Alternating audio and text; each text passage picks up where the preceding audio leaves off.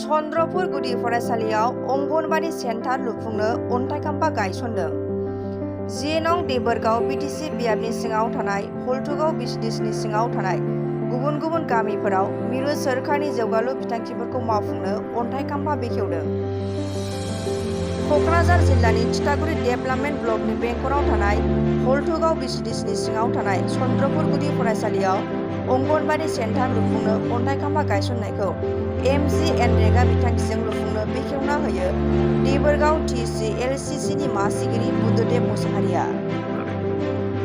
बेनि उनाव 3 नं आमगुरि गुदि फरायसालियाव CC ब्लकजों लामा लुफुंनो अन्थाइ खाम्फाखौ बेखेवना होयो मुसाहारिया। खौरांगिरिनि सिगाङाव 10 नं देबोरगाव TCLCCनि मासिगिरि बुद्धदेब मुसाहारिया फोरमायो दि देग्लाय 2021-22 रांखान्थि बोसोराव मिरु सोरखारनि MGNरेगा बिथांखिजों मावफुंनो 16 कौटि देबोरगाव बिजाबाव हमनाय जायो होनना फोरमायो। 2021 आरो 2022 बे मायथाइनि रांखान्थि बिथांखिनि गेजेरजों जोंनि देबोरगाव TCLC ब्लकनि आन्दाराव गासै टटाल 17 करोड़ 17 करोड़नि खामानि मावजागोन। बेनि गेजेराव 308 स्किमफ्रा गुबुन गुबुन स्किमफ्रा हमजानाय जादों।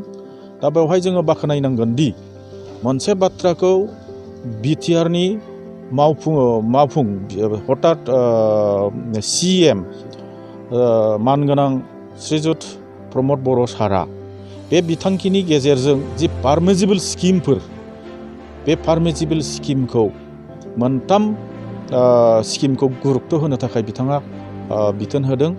दा मोनथाम स्किमफोरनि मादायाव बेखौनो बिथाङा बुंदों जे एसेट्स प्रडाक्टिभिटी आरो भिजिबल बे मोनथाम नोजोर लानानै बे पारमिजिबल स्किमखौ हमनांगौ होननानै बिथां सारा बुंनाय जादों। आरो प्रडाक्टिभिटी आरो भिजिबल बा एसेट्स जानाय बे स्किमफोरखौ जों हमदों, जेरैहाय फुख्रि, अंगनबादि सेन्टार बा CC ब्लक पेमेन्ट। थिग बेबायदियैनो गुबुन गुबुन खामानि फुख्रि, लामा खोनाय, बान्दो, CC मा होनो बेखौ ब्रिक केनेल, बे बायदि स्किमफोरखौ जोङो गामियारि जौगाखांनायनि बे बिथांखियाव सोसननानै एग्रिकालचार एलाइड बिथिङाव बेनो ब्रिक केनेल, दाम बान बेफोर स्किमखौ जोङो सोनाय जाहैदों।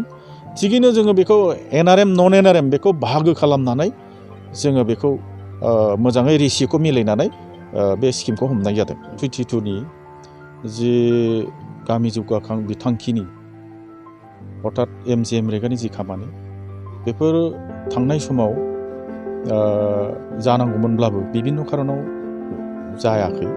दा खिन्थु BTC कर्तृपक्षआ जोंनो बिनि खामानि मावनायनि अर्डारखौ हरबाय। बे लेखायैनो थिथागुरि डेभेलपमेन्ट ब्लकनि सिङाव थानाय मोनफ्रोमबो BCDCनि बे गामि जौगाखांनायनि जि स्किमफोर बे स्किमफोरखौ बेखेवनायनि अर्डारखौ हरनाय बायदियै दिनैहाय हलथुगाव BCDCनि सिङाव थानाय बे अंगनबादि आरो CC ब्लक पेमेन्ट बेखौ जोङो बेखेवनाय जाहैबाय। बियो सानसे साननैनि उनावनो खामानि मावनायनि आराम्भआ जासिगोन। बेयो जोंनि थाखाय जोबोद गोजोनथावना बाथ्रा। बे गामियारि रांखान्थि जौगाखांनायनि मोनसे बिथांखि होननानै जोङो थोंजोङै बुंनो हायो। बे सेन्ट्रेल गभर्नमेन्टनि बे स्किमफोरखौ लानानै रायजो राजाफ्रा जथेस्थ' जों जौगाखांनायनि राहाखौ मोनगोन होननानै जों आसा खालामो। आंनि BCDCआ हलथुगाव BCDC हिसाबै जोंनियाव दा 28टा स्किम दा एप्रुभ जानानै दङ आरो 28टानि गेजेरावहाय दा फिसारिया 7टा। दा बेखौ जों मावनायनि थिरांथा लाबाय, डिमान्डबो गथायबाय आरो दिनै नै फैयैहाय अंगनबादि सेन्टार बिल्डिं बेखौ बेखेवनाय हाबाफारि बेबो बेखेवबाय।